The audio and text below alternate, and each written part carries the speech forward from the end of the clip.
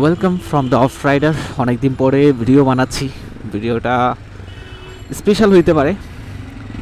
আমি এই মুহূর্তে আছি জামাল খান রোডে। আমি যাব নিউ মার্কেটের দিকে। তো আজকের ভিডিওটা হচ্ছে আপনি কেন চট্টগ্রামে আসবেন এবং চট্টগ্রামে এসে কোথায় কোথায় যাবেন এবং কোথায় থাকবেন, এটার উপর বেস করে আজকে ভিডিওটা। সো অনেকের জন্য উপকার হইতে পারে, আবার অনেকের জন্য উপকার না হইতে পারে। যারা অলরেডি চট্টগ্রামে থাকেন তাদের জন্য তো কোনো উপকারে আসবে না, বাট যারা অন্যান্য জেলা থেকে আসবেন তাদের জন্য উপকারে আসবেই। সো এটা হচ্ছে মানে নামটা বলা দরকার পড়ে না, ফুলের সুবাসে নামটা মনে পড়ে যাবে। দ্যাট মিনস চেরাগি পাহাড় মোড়। এখান থেকেই চট্টগ্রামে যতগুলা স্থানে বিয়ে হয় সব ফুল কিন্তু এখান থেকেই যায়। সো আপনি চট্টগ্রামে আসবেন, কোথায় কোথায় যাবেন? চট্টগ্রাম বাংলাদেশের মধ্যে অল ইন ওয়ান বলা হয়, যেখানে আপনি সব কিছু পাবেন। পাহাড়, সমুদ্র, নদী, সমতল সব কিছুই এখানে বিদ্যমান আছে। তো সেই ক্ষেত্রে আপনি যদি অন্যান্য জেলা থেকে চট্টগ্রাম আসতে চান তাহলে আপনি চট্টগ্রাম শহরে চলে আসবেন বাসে করে, বা যেভাবে পারেন। সো এখন চট্টগ্রাম শহরে কোথায় যাবেন সেটার উপর বেসড করে কিন্তু আপনি থাকতে পারবেন। লাইক আপনি যদি ট্রেনে আসেন তাহলে নিউ মার্কেট এলাকায় থাকতে পারেন। আপনি যদি বাসে আসেন তাহলে আপনি জিসির মোড় এলাকায় থাকতে পারেন, ভালো ভালো হোটেল আছে। আর যদি আরও কম খরচে থাকতে চান তাহলে চকবাজার এরিয়াতে থাকতে পারেন। এখান থেকে আপনার যেই সমস্ত জায়গাগুলোতে যাইতে পারবেন। লাইক আপনি যদি পতেঙ্গা যাইতে চান তাহলে আপনার জন্য নিউ মার্কেট অথবা জিসি মোড় ভালো হবে। এখানে অনেক ভালো ভালো হোটেল আছে। আর আপনি যদি চট্টগ্রাম শহরে বিভিন্ন জায়গাও ঘুরতে যেতে চান তাহলেও কিন্তু নিউ মার্কেট, জিসি মোড় দুইটা জায়গায় কিন্তু খুব ভালো। চকবাজারেও থাকতে পারেন, অনেকগুলো হোটেল আছে।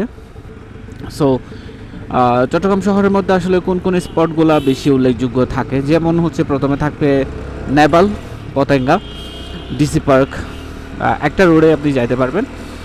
তারপর নিউ মার্কেটের আশেপাশে যে সমস্ত স্থাপনা আছে যেমন রেলওয়ে স্টেশন, তারপর এখানে আমার হাতের পাশে দেখতে পাচ্ছেন ডিসি হিল, বৌদ্ধ মন্দির,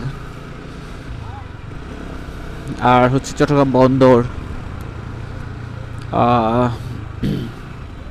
সি ওয়ার্ল্ড, চট্টগ্রাম চিড়িয়াখানা।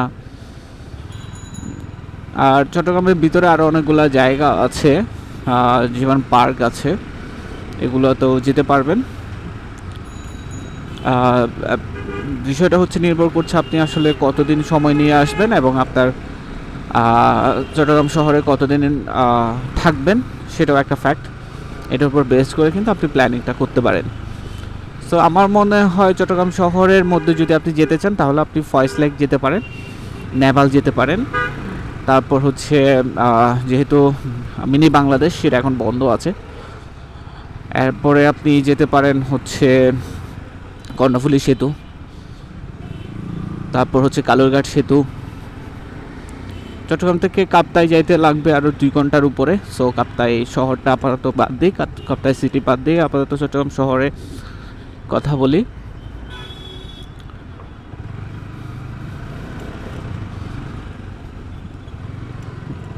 জাতিসংঘ পার্ক যেতে পারবেন, যেটা ফ্রি টিকিট।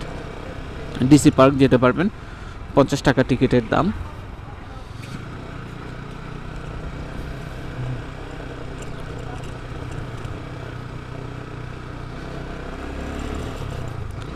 রেলওয়ে স্টেশন যেতে পারবেন।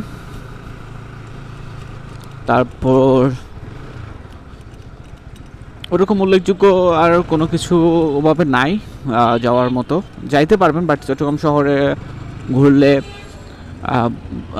বুঝতে পারবেন শহরটা এত বেশি বড়ও না আবার এত ছোটও না।